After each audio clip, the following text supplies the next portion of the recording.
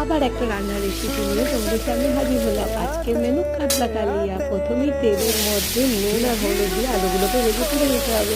এদিকে একটা মশলা তৈরি করতে হবে, পেঁয়াজ বাটা, আদা বাটা, রসুন বাটা আর টমেটো বাটা। ওর সঙ্গেই রসুনের সঙ্গে তোমরা জিরে আর একটু শুকনো লঙ্কা বেটে নিতে পারো। এবারে ওই তেলে তোমাকে মাছটা ভেজে নিয়ে তুলে রাখতে হবে।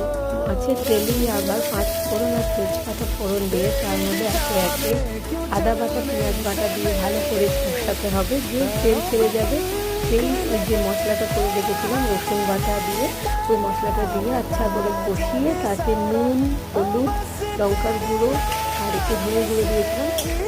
কষে কষে যখন তেল ছেড়ে যাবে তার মধ্যে টমেটো বাটাটা দিতে হবে। টমেটো বাটাটা দিয়ে কষানোর পর ওর মধ্যে আলু দিয়ে পরিমাণ মতো জল দিয়ে ফুটতে দিতে হবে।